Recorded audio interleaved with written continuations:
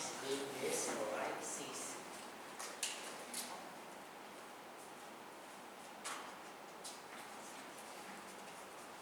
Come on, me? You know CC? No? CC, no? You're sending an email to people and usually we will have a CC. Yes or no? Usually we don't fill this. Yes or no? Right? CC means what? It means carbon copy. Alright? It means carbon copy. You know, those days, of course, we were using typewriter. Remember typewriter? Those days, 30 years ago, I don't know, 20 years ago. Typewriter, right?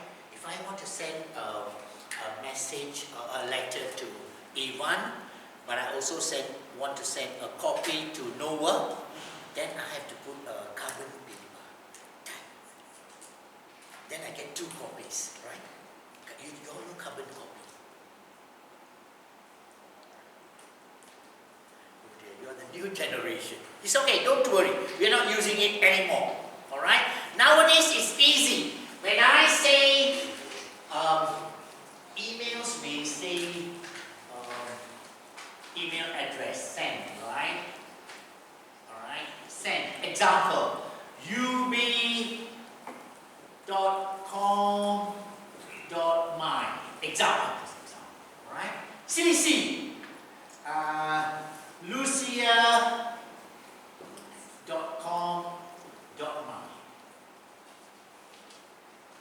I'm sending to UB, but why I send carbon copy or CC to Lucia? Because I also want what I send to UB also must, Lucia must know.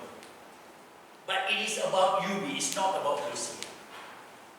Can you follow? Can all of you understand now? Is that clear? Okay? So, what I'm trying to tell you is carbon copy is the old way of doing things. But CC means like this. Example. Say this is Mr. Ashok. Alright. I am sending an email to Robin. Alright? Who is the student council representative? Robin, you are the student council representative, right? Okay, I'm sending to her. Alright? I'm sending an email to Robin. But I also want the head of program for DAS.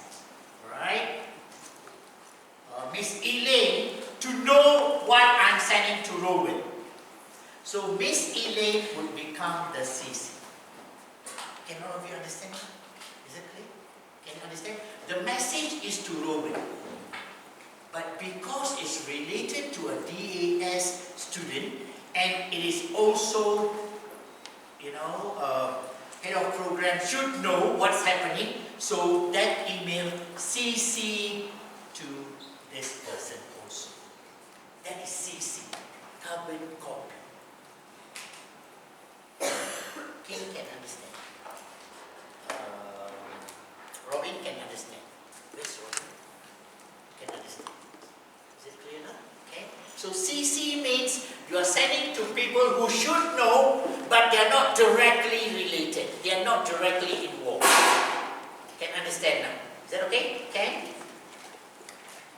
Okay. Let's continue now.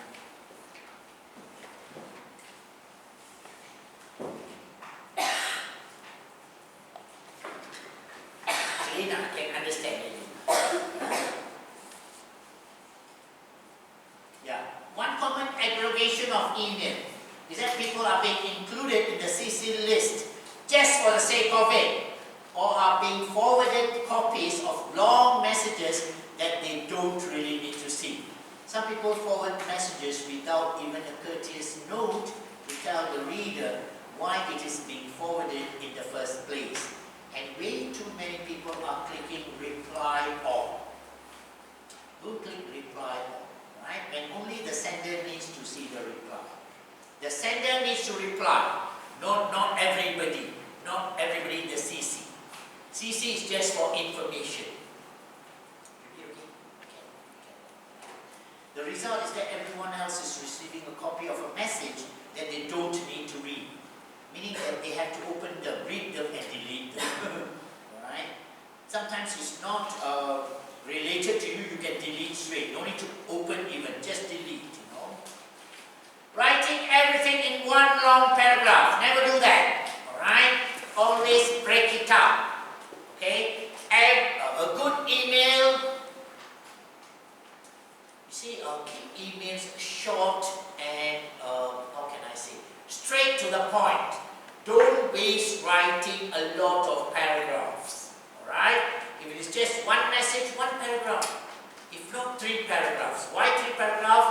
Hi, how are you? I just want to inform you about our student gathering. First paragraph. Second paragraph. Our student gathering would be held on what date, what time, where, everything. Alright? Please make sure that you attend.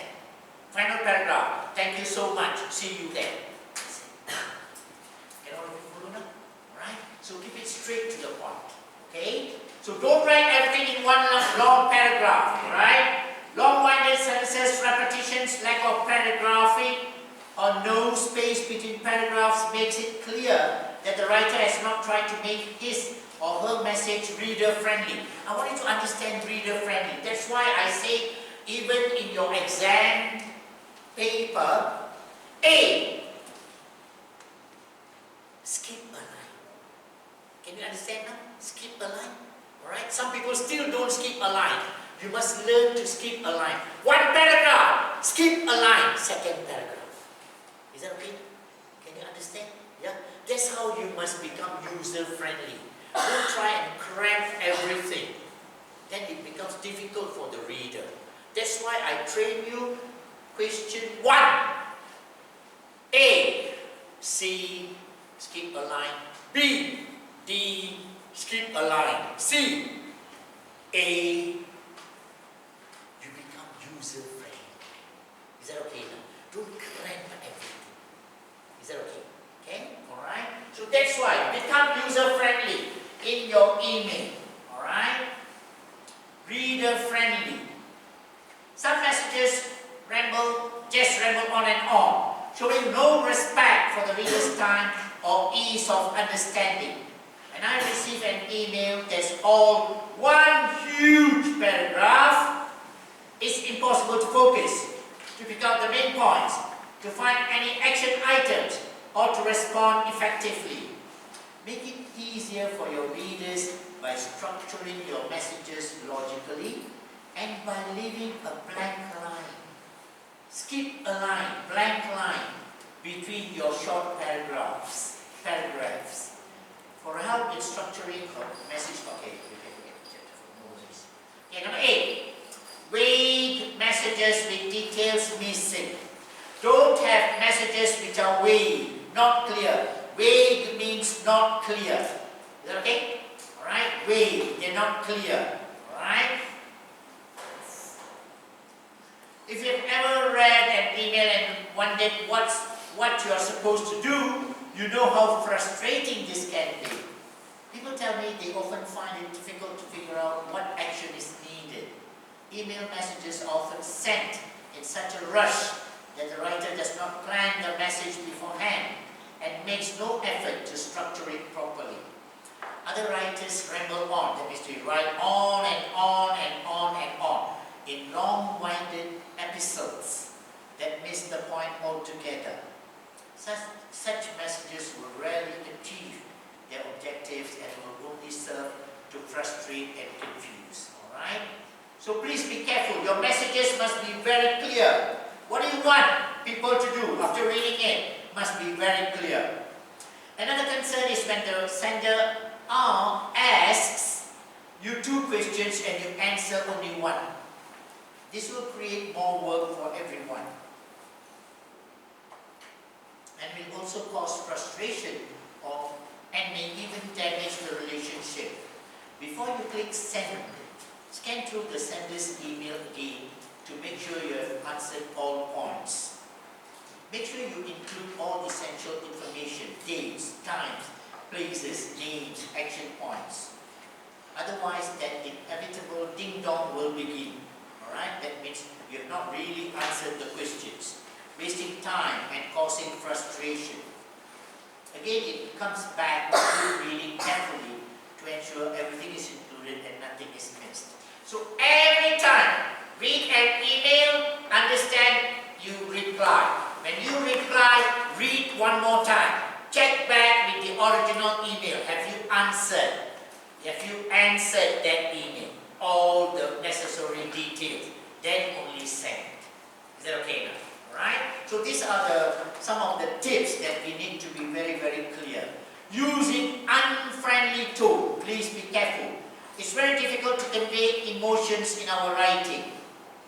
This often gets people into trouble because they type out exactly what they would say without thinking of the tone of voice that would be used to signal their emotions. It's so easy for misunderstandings to occur in email. If your tone is not quite right, your reader could easily be put on the defensive. Please be careful, when you, even sending SMS, please be careful. You maintain your decorum. Decorum means you maintain your respect, you maintain your friendliness, you maintain your respect when you are sending SMS, you are sending an email. Please be careful, alright? Take time to read messages carefully and add some extra words if necessary. Always be respectful in email. Good morning. Good afternoon. How are you? Good. At the end, thank you. Please consider my appeal. Kind regards, Jason. Alright, use the right words. Even people don't like your message, but they respect you because you are respectful to people. Is that okay now? Alright? So please be careful. I see many of you, we need to improve on that, including me. I also need to improve, alright? Messages that are just plain sloppy. As more people use email, sloppy work is becoming a bigger problem. Common complaints include